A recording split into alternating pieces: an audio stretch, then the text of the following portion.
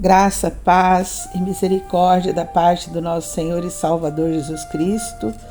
No projeto Leia a Bíblia Comigo, hoje, Atos dos Apóstolos, no capítulo 26. Atos dos Apóstolos, no capítulo 26. A seguir, Agripa, dirigindo-se a Paulo, disse: É permitido que uses da palavra em tua defesa.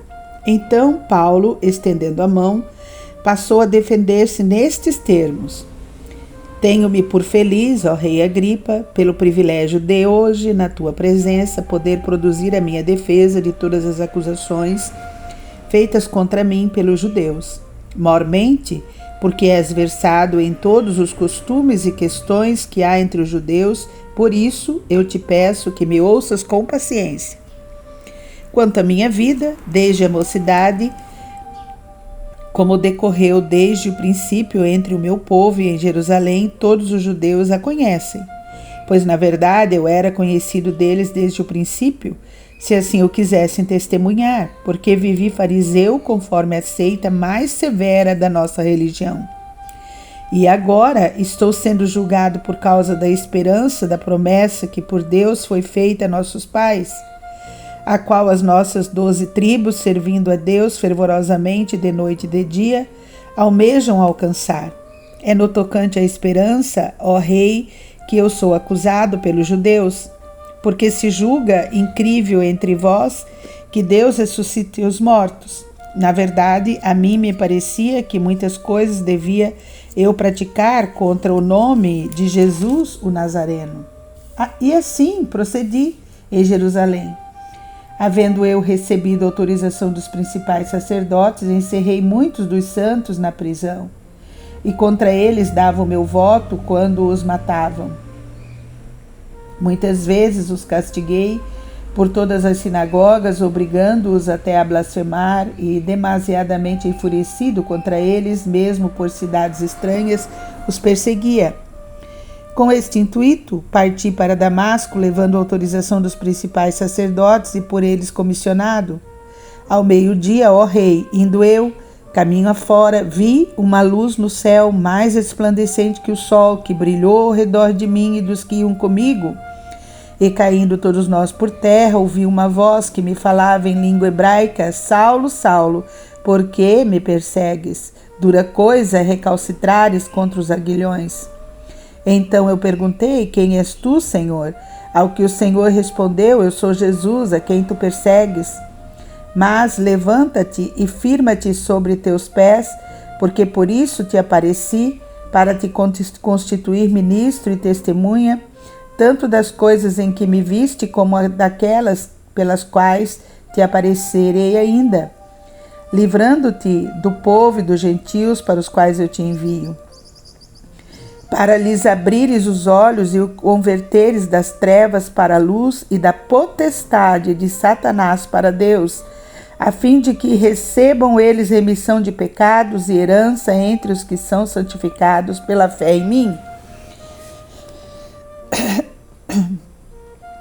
Todo o teor, do ministério do apóstolo Paulo de cura e libertação estão contidos nesse verso 18.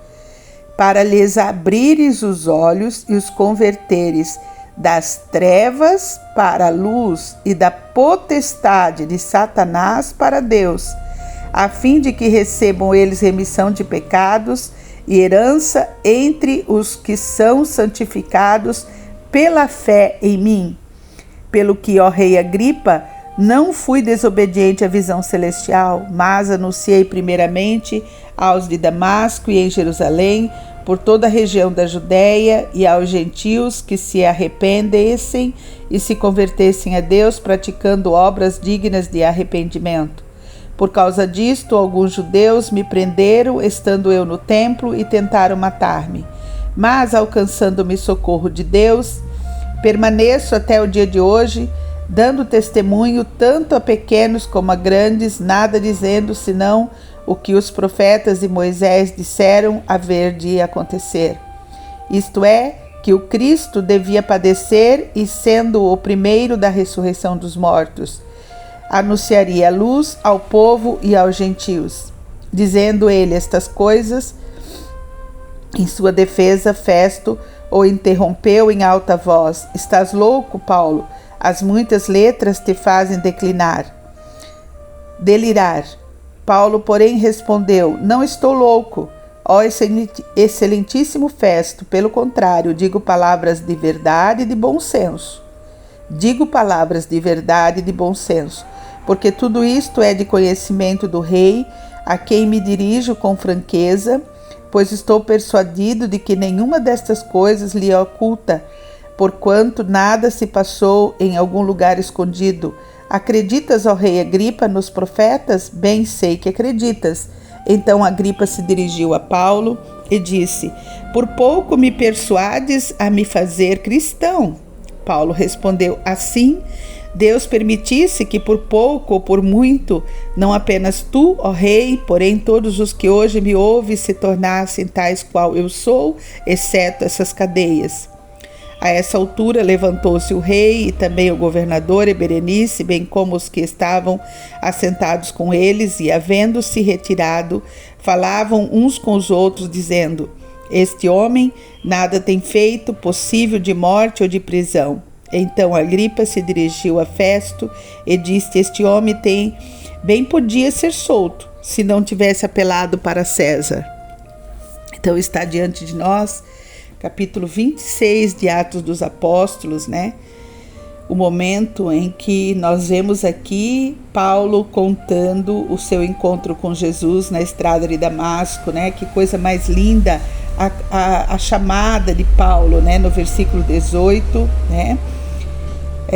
Por que Jesus o havia chamado? Jesus o havia chamado, convocado Paulo para abrir os olhos e converter das trevas para a luz, da potestade de Satanás para Deus, né? A fim de que recebam remissão de pecados. Então a chamada do apóstolo Paulo, o apóstolo nos mostra, né, o capítulo 26 mostra o encontro de Paulo com o Senhor Jesus, a chamada do ministério de cura e de libertação do apóstolo tardio, né? E aí também temos esse provérbio grego, né? Dura coisa é recalcitrares contra os aguilhões, né? Dura coisa é continuar a resistir, né? Então está convidando a não mais a resistir, não valeria a pena ficar brigando contra o próprio Deus. É isso que o provérbio grego queria dizer para Paulo. Paulo então experimenta o poder do evangelho, ele fica cego, mas recebe a visão, né? A visão privilegiada para as coisas espirituais, para o mundo espiritual. Passa a ver no mundo espiritual, ele passa não só a ver, mas ele também passa a entender e ele passa a ensinar à igreja os princípios do mundo espiritual, né? Por quê? Porque a igreja foi dada para a igreja a autoridade, né? Jesus deu a autoridade espiritual para a igreja, para todo aquele que crê, né? A autoridade espiritual para expulsar os demônios, para curar os enfermos e os doentes e todo tipo de enfermidade, né? São coisas que parecem que são iguais, mas não são. Toda doença e toda enfermidade. Enfermidades são espíritos malignos que provocam enfermidades nas vidas das pessoas, porque tem portas abertas, né? Portas são pecados não confessados, né? Então nós somos a igreja que executa sobre a terra a sentença da cruz, né?